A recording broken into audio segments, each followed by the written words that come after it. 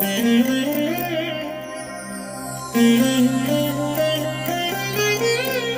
దినం పరము నుండి దిగివచ్చు మాట, ఇది నీ జీవితానికి వెలుగుల బాట, నీ ఒడిలో ఉంచబడిన దీవెనల మూట, అద్భుతాల ఆనంద ఊట. మార్చి 18 సంవత్సరమంతా మీరు బైబిల్ చదివి ముగించడానికి ఈరోజు మీరు చదవవలసిన లేఖన భాగం ఉదయం విద్యోపదేశకాండం 32, 33, 34 అధ్యాయములు, సాయంత్రం మార్కు సువార్త 15వ అధ్యాయము 26 నుండి 47వ వచనం వరకు. ప్రియమైన దేవుని బిడ్డలారా, మీ అందరికీ ఈ ఉదయకాలపు శుభములు తెలియచేస్తున్నాను. మీరందరూ కృపాక్షేమములతో వర్ధిల్లాలని, ప్రభు యొక్క కృపలో మీరు సంతోషించాలని, దైవికమైన ఆనందం, దైవికమైన సమాధానం, దైవికమైన ఆరోగ్యం, దైవికమైనటువంటి స్వస్థత మీరు అనుభవించాలని నేను మీ పక్షముగా దేవుని యొక్క సన్నిధిలో ప్రార్థిస్తున్నాను. ఎలా ఉన్నారు ప్రియులారా? బాగున్నారు కదా?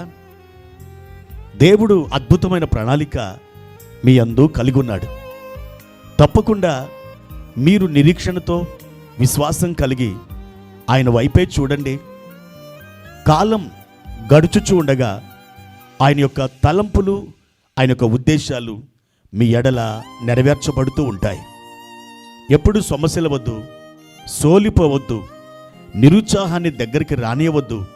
ఎందుకంటే సాతాను యొక్క బలమైన ఆయుధం నిరుత్సాహమే. దేవుడు నిన్ను ఉత్సాహభరితునిగా చేయడానికి వేలాది వాగ్దానాలను దయచేశారు. నీ పరిస్థితికి సరిపోయే ఆ వాగ్దానాలను ఎత్తుపట్టి ప్రార్థనలో ముందుకు సాగి వెళ్ళు. ప్రభు గొప్ప జయమును నీకు దయచేస్తారు. ప్రియమైన దేవుని బిడ్డలారా, పరిశుద్ధ గ్రంథముల నుండి ఒక వాక్య భాగాన్ని చదువుకుందాం. ఆదికాండము 46వ అధ్యాయము 4వ వచనం. నేను ఐగుప్తునకు నీతో కూడా వచ్చేదను, అంతేకాదు నేను నిశ్చయముగా నిన్ను తిరిగి తీసుకుని వచ్చేదను. యోసేపు నీ కన్నుల మీద తన చెయ్యి ఉంచునని సెలవిచ్చాను. ప్రియమైన దేవుని బిడ్డలారా, యాకోబు చాలా ఉత్సాహంగా ఉన్నాడు. ఎందుకనంటే ఐగుప్తు దేశంలో తన కుమారుడైన యోసేపు ఒక ప్రధానమంత్రి స్థాయిలో ఆ దేశాన్ని పరిపాలిస్తుండని విన్నాడు.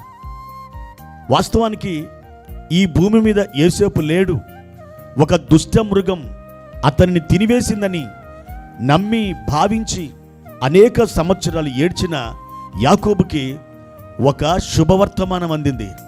లేదు లేదు, నీ కుమారుడైనటువంటి యోసేపు బతికే ఉన్నాడు, ఐగుప్తు దేశాన్ని ఆయన ఏలుచున్నాడు. ఇలాంటి మాటలు యాకోబు విన్నప్పుడు చచ్చిన ప్రాణం తిరిగి లేచి వచ్చింది. యోసేపు పంపిన బండ్లను చూశాడు.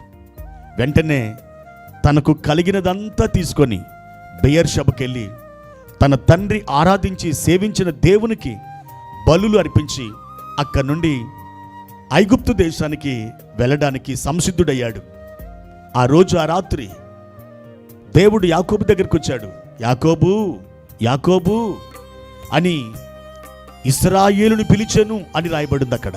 నేను నీతో కూడా ఐగుప్తునికి వస్తున్నాను, నువ్వు భయపడవద్దు, నేను తిరిగి మరలా నిన్ను తీసుకొని వస్తాను అని యాకోబుకి అభయం ఇస్తున్నాడు. తన తండ్రి, తన యొక్క తాత అబ్రహాము ఎక్కడ ఏ దేశంలో వారు పాతి పెట్టబడ్డారో అక్కడికి నీవు మరలా తిరిగి రప్పించబడతావు అని దేవుడు యాకోబుకి అభయం ఇస్తున్నాడు. ప్రియమైన దేవుని బిడ్డలారా, ఇక్కడ ఒక మాట మనం గమనించుదాం. అదేమిటంటే, నేను నీతో కూడా ఐగుప్తునికి వస్తాను. మనం వెళ్తున్న చోటికి దేవుడు మనతో కూడా వస్తే ఇంకా మనకు కావలసింది ఏముంది? ప్రియమైన దేవుని బిడ్డలారా, దేవుడు మనతో రావడం ఒక్కసారి మీరు ఆలోచించండి. ఒక మనుషుడు వస్తున్నాడా, లేక మనల్ని కన్న తల్లిదండ్రులు వస్తున్నారా, లేక మన స్నేహితుడు, మన ఇరుగు పొరుగు వారు వస్తున్నారా? కాదు కాదు, నేను నీతో కూడా వచ్చేదను అంటున్నాడు. ఈరోజు మీ పనులలో నిమగ్నమై మీరు ముందుకు సాగి వెళుచుండగా ఆయన మీతో కూడా వచ్చుచున్నాడు. ఆయన మీరు తలపెట్టిన ప్రతి కార్యములో ఆయన జోక్యం చేసుకొని మీకు విజయాన్ని ఇవ్వాలని ఆయన తలంచుచున్నాడు. అయితే ఒక్క మాట, మీరు ప్రభువుని అడగాలి, అయ్యా నాతో కూడా రండి,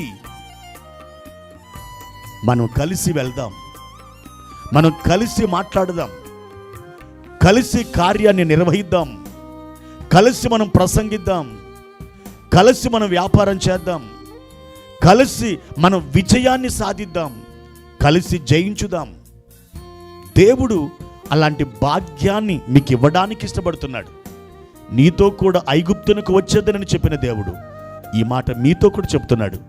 నేను నీతో కూడా నీ ఉద్యోగపు స్థలానికి వస్తున్నాను, నీతో కూడా నీ కాలేజ్ క్యాంపస్కి వస్తున్నాను, నీతో కూడా నీ ఆఫీస్కి వస్తున్నాను, నీతో కూడా నీ ప్రయాణంలో నీ ప్రక్కన ఉండి నీ వెళ్ళు చోటికి నేను వస్తున్నాను అని దేవుడు మీతో చెప్పడం మీరు వింటున్నారా?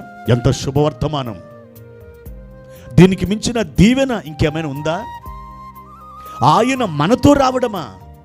అవును దేవుని బిడ్డలారా, దేవుని బిడ్డగా మనం కలిగి ఉన్న భాగ్యం ఇది. ఆయన నీతో ఉండడమే కాదు, ఆయన నీతో కూడా వస్తున్నాడు, నీతో కూడా కదులుతున్నాడు, నీతో కూడా కూర్చుంటున్నాడు. నీవు 4 అడుగులు వేసి ముందుకు సాగితే ఆయన నీతో కూడా ఒక 4 అడుగులు వేస్తున్నాడు. ఇటువంటి గొప్ప దేవుణ్ణి నువ్వు కలిగి ఉన్నందుకు ఎంత భాగ్యవంతుడివి, ఎంత భాగ్యవంతురాలివి. ప్రభు నిన్ను సమృద్ధిగా ఆశీర్వదించునుగాక. ప్రార్థన. ప్రియమైన తండ్రి, మీ ఘనమైన నామానికి వందనాలు. ఈ ఉదయకాల సమయంలో మా ప్రియ ప్రభువా, నీవు ఎంతగానో మమ్మల్ని ప్రేమిస్తున్నావు. మాతో కూడా మీరు రావడానికి ఇష్టపడ్డారు. మా తండ్రి, అనేక పర్యాయములు మిమ్మలను ఆహ్వానించకుండానే, మిమ్మలను పిలవకుండానే ఒంటరిగా మేము ఎన్నో కష్టతరమైన పనులలో తండ్రి మేము ముందుకు సాగి వెళ్ళినాము. కానీ అవి భారంగా గడిచిపోయిన దినాలుగా ఉన్నాయి, ఓడిపోయిన దినాలుగా ఉన్నాయి. ఈ ఉదయకాలం ప్రభువా, మా యొక్క తప్పును మా దోషమును ఎరిగిన వారమై పశ్చాత్తాపపడుతూ క్షమించమని అడిగి మీ సన్నిధిలో ప్రార్థిస్తున్నాం.